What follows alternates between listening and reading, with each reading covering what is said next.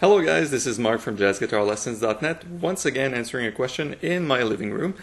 So questions by Ron, and Ron, I remember, is a long-time visitor. I think started to exchange emails since the very beginning of the website. So it's an honor to answer a question for you, Ron, and it goes like this. Basically, what's an optimal position to play, and is there such a thing as, if you change from a classical instrument and you go to a solid body electric guitar, should you attempt to be positioned the same way and everything? So this is a biggie, right? Because I've been through the same things, and as you said, flying fingers syndromes, you're moving too much pressure here, like this. This was a huge one for me.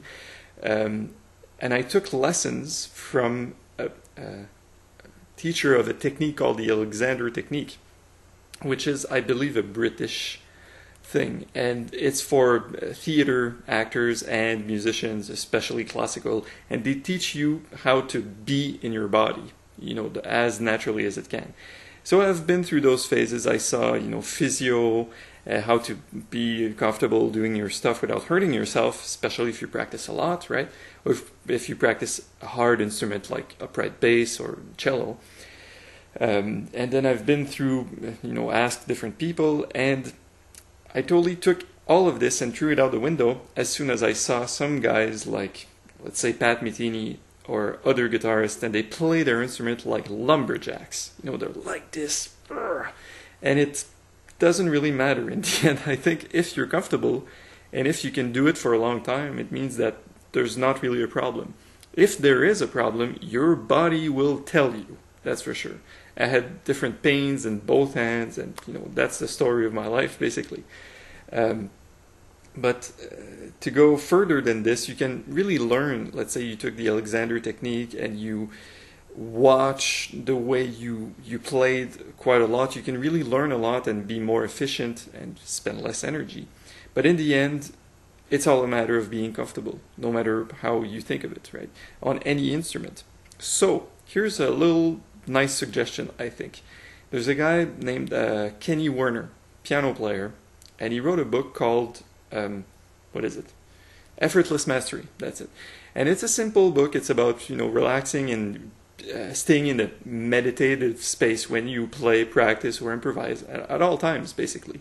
And I like it because it's really straightforward. It's not too much, bend your wrist like this, do that. Basically, relax. Be in some sort of a trance or meditative state, put your instrument on your lap, take it up, play just one note. And if you can do that and stay rested and stay really loose, that's your optimal position. Your wrist may be like this, your wrist may be like this, you may be like this, but if you're comfortable, if you're in a meditation state, you're more aware of your body, and your body tells you things more instantly. If you're really into music and you're trying to solo and go for that next line and it's fast and you're picking, you may hurt yourself because you're unaware of everything that's happening in your body. But if you start from that meditation space, a lot of beautiful things can happen. And you may wind up playing like a lumberjack anyways, right? But it doesn't matter. So I hope this helps. I think it's a really interesting and really relevant question, because a few people realize that the impact of their unawareness of their body, they realize that it really detracts from the music sometimes. If you want to, you're playing faster by accident, or you're playing slower by accident just because of physical pains, and you go to sleep at night and you have a shoulder like this, right? It's all part of the trade. But in the end, it's to stay aware. It's to stay focused on the music, but really still understand that you are sitting down or standing with a strap and your guitar in your hand.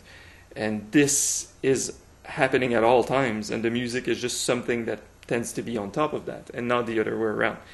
Anyways, it's a lot of words for no reasons, but I'm proud of you, Ron. I mean, this is a great thing to do when you're attempting to learn something, and I believe everyone can use less pressure on their instrument and be more focused and relaxed and let the music flow.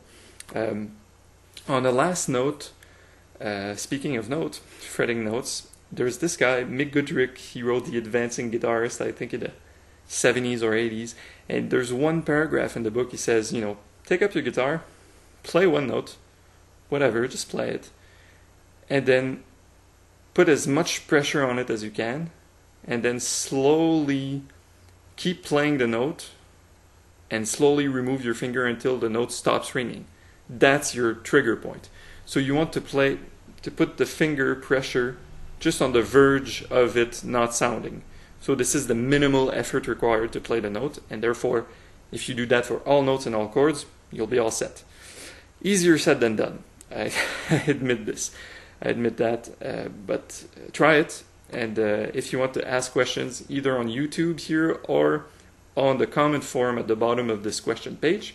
And I'll see you all soon on jazzguitarlessons.net. Improve your jazz guitar playing with a real teacher. Take care.